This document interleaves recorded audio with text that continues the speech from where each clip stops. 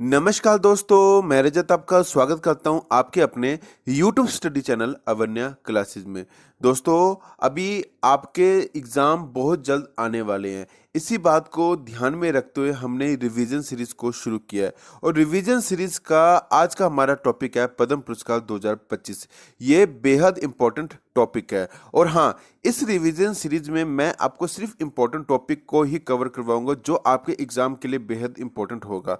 तो दोस्तों, ज़्यादा वक्त ना खराब करते हुए इस बेहतरीन वीडियो की शुरुआत करेंगे पहले क्वेश्चन से। तो हमारा पहला क्वेश्चन है, 2025 में कुल कितने पद्म पुरस्कार दिए गए? वेरी वेरी इंपॉर्टेंट क्वेश्चन है। डंके की चोट पे ये कह सकता हूँ कि ये क्वेश्चन आपको एग्जाम में जरूर देखने को मिलेगा। तो कुल 139 पुरस्कार दिए गए हैं 2025 के अंदर, ध्यान में रखिएगा। 139 पद्म पुरस्कार दिए गए। अब 139 पद्म पुरस्कार को अच्छी तरीके से समझना जरूरी है। तो देखिए दोस्तों, कुल 139 पुरस्कार के अंदर 19 पद्म भूषण पुरस्कार, 7 पद्म विभूषण पुरस्कार और 113 पद्म श्री पुरस्कार दिए गए। ध्यान में रखिएगा, 19 पद्म भूषण पुरस्कार, 7 पद्म विभूषण पुरस्कार और 113 पद्म श्री पुरस्कार दिए गए। ध्यान में रखिएगा। ये नेक्स्ट क्वेश्चन है, पद्म पुरस्कार कितने प्रकार के होते हैं? वीडियो को एंड तक जरूर देखिएगा, काफी अच्छी जानकारी इस वीडियो के अंदर आपको मिलने वाली है। वीडियो को कंप्लीट जरूर देखिएगा। तो देखिए दोस्तों, पद्म पुरस्कार 3 प्रकार के होते हैं। तो पद्म भूषण, पद्म विभूषण और पद्म श्री, ये 3 तरह के प्रकार होते हैं पद्म पुरस्कार के, ये आपको ध्यान में रखिएगा। तो पद्म पुरस्कार होता क्या है और ये किस क्षेत्र के अंदर दिया जाता है? तो देखिए दोस्तों, पद्म पुरस्कार भारत का सर्वोच्च नागरिक पुरस्कार होता है। ध्यान में रखिएगा, यह पुरस्कार कला, समाज सेवा, लोक कार्य, विज्ञान, व्यापार, उद्योग, चिकित्सा, साहित्य, शिक्षा, खेल आदि के जगत में सर्वोच्च कार्य करने के लिए दिया जाता है। पद्म श्री पुरस्कार किसी क्षेत्र में प्रतिष्ठित सेवा के लिए दिया जाता है।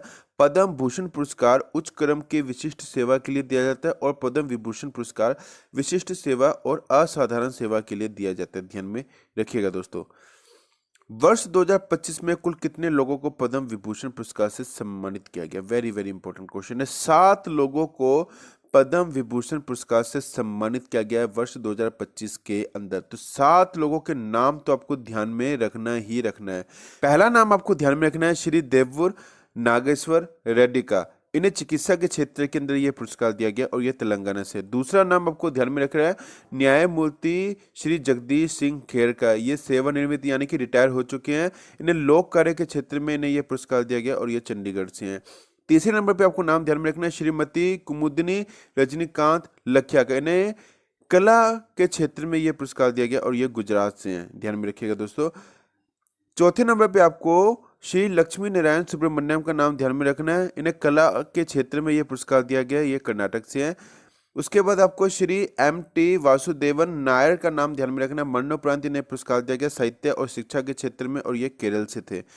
उसके बाद आपको श्री ओसामू सुजुकी का नाम ध्यान में रखना है। इन्हें मरणोपरांत ये पुरस्कार दिया गया। व्यापार और उद्योग के क्षेत्र के अंदर इन्हें पुरस्कार दिया गया और ये जापान से थे। उसके बाद आपको श्रीमती शारदा सिन्हा का नाम ध्यान में रखना है। मरणोपरांत इन्हें ये पुरस्कार दिया गया। कला के क्षेत्र के अंदर इन्हें पुरस्कार दिया गया और ये बिहार से थे। 7 नाम आपको ध्यान में रखना ही रखना है जिन्हें पद्म विभूषण पुरस्कार दिया गया। नेक्स्ट क्वेश्चन को समझाने से पहले जो स्टूडेंट अवन्या क्लासेस पर नए हैं वो प्लीज़ आपके अपने YouTube study channel Avanya classes को जरूर सब्सक्राइब कीजिएगा और बेल आइकन को प्रेस करना मत भूलिएगा। वीडियो को लाइक करना, शेयर करना भी मत भूलिएगा और कमेंट करके जरूर बताइएगा कि वीडियो आपको कैसी लगी। कमेंट जरूर किया कीजिए दोस्तों, काफ़ी ज़्यादा मेहनत लगती है आपके लिए अच्छा कंटेंट बनाने के लिए। प्लीज़ कॉमेंट करके जरूर बताया करें कि आपको ये वीडियो कैसी लगी। नेक्स्ट क्वेश्चन है, पद्म पुरस्कार विजेताओं की घोषणा किस दिन की जाती है? तो गणतंत्र दिवस के उपलक्ष्य में पद्म पुरस्कार विजेताओं की घोषणा की जाती है। पद्म पुरस्कार किसके द्वारा प्रदान किया जाता है? तो राष्ट्रपति के द्वारा पद्म पुरस्कार प्रदान किया जाता है। ध्यान में रखिएगा। नेक्स्ट क्वेश्चन है, वर्ष 2025 में कुल कितनी महिलाओं को पद्म पुरस्कार से सम्मानित किया गया है? तो 23 महिलाओं को पद्म पुरस्कार से सम्मानित किया गया वर्ष 2025 के अंदर। ध्यान में रखिएगा, वेरी वेरी इंपॉर्टेंट क्वेश्चन है ये। नेक्स्ट क्वेश्चन है, वर्ष 2025 में कुल कितने लोगों को पद्म भूषण पुरस्कार से सम्मानित किया गया? तो 19 लोगों को पद्म भूषण पुरस्कार से सम्मानित किया गया। तो देखिए दोस्तों, अब मैं आपको पद्म भूषण पुरस्कार की लिस्ट को अच्छी तरीके से समझाऊंगा। 19 लोगों को यह पुरस्कार दिया गया है। तो पहले नंबर पे ए सूर्य प्रकाश का नाम ध्यान में रखना है। साहित्य एवं शिक्षा पत्रकारिता का क्षेत्र में इन्हें यह पुरस्कार दिया गया और ये कर्नाटक से हैं। दूसरे नंबर पे आपको अनंत नाग का नाम ध्यान में रखना है। इन्हें कला के क्षेत्र में इन्हें यह पुरस्कार दिया गया और ये कर्नाटक से है। उसके बाद आपको विवेक देव रॉय का नाम ध्यान में रखना है। मरणोपरांत इन्हें यह पुरस्कार दिया गया साहित्य एवं शिक्षा के क्षेत्र में। पूर्व अध्यक्ष प्रधानमंत्री आर्थिक सलाहकार रह चुके हैं ये दिल्ली के अंदर। उसके बाद आपको जतिन गोस्वामी का नाम ध्यान में रखना है। कला के क्षेत्र में इन्हें ये पुरस्कार दिया गया और ये असम से। उसके बाद आपको जोस जाको प्रियापुरम का नाम ध्यान में रखना है। दवा के क्षेत्र में इन्हें ये पुरस्कार दिया गया और ये केरल से थे। उसके बाद आपको कैलाश नाथ दीक्षित का नाम ध्यान में रखना है। अन्य पुरातत्व के क्षेत्र में इन्हें ये पुरस्कार दिया गया और ये दिल्ली से हैं। मनोहर जोशी का नाम ध्यान में रखना है। मरणोपरांत इन्हें पुरस्कार दिया गया। सार्वजनिक मामलों के क्षेत्र के अंदर इन्हें पुरस्कार मिला और ये महाराष्ट्र से हैं। उसके बाद आपको नल्ली कुप्पुस्वामी चेट्टी का नाम ध्यान में रखना है। व्यापार और उद्योग के क्षेत्र में इन्हें यह पुरस्कार दिया गया और ये तमिलनाडु से हैं। उसके बाद आपको नंदमुरी बालकृष्णन का नाम ध्यान में रखना है। कला के क्षेत्र में इन्हें यह पुरस्कार दिया गया। तेलुगु फिल्म अभिनेता है और ये आंध्र प्रदेश से है, ध्यान में रखना है। PR श्रीजेश का नाम ध्यान में रखना है। खेल के क्षेत्र में इन्हें यह पुरस्कार दिया गया। भारतीय हॉकी टीम के पूर्व गोलकीपर है और ये केरल से हैं। पंकज पटेल का नाम ध्यान में रखना है। व्यापार और उद्योग के क्षेत्र में इन्हें यह पुरस्कार दिया गया और ये गुजरात से हैं।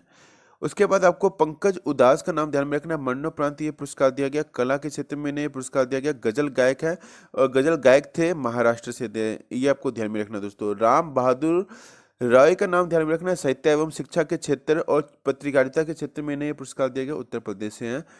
साध्वी ऋतंभरा का नाम ध्यान में रखना है आपको। सामाजिक कार्य के क्षेत्र में इन्हें पुरस्कार दिया गया, उत्तर प्रदेश से हैं। अजीत कुमार का नाम ध्यान में रखना है। कला के क्षेत्र में इन्हें यह पुरस्कार दिया गया, तमिलनाडु से हैं।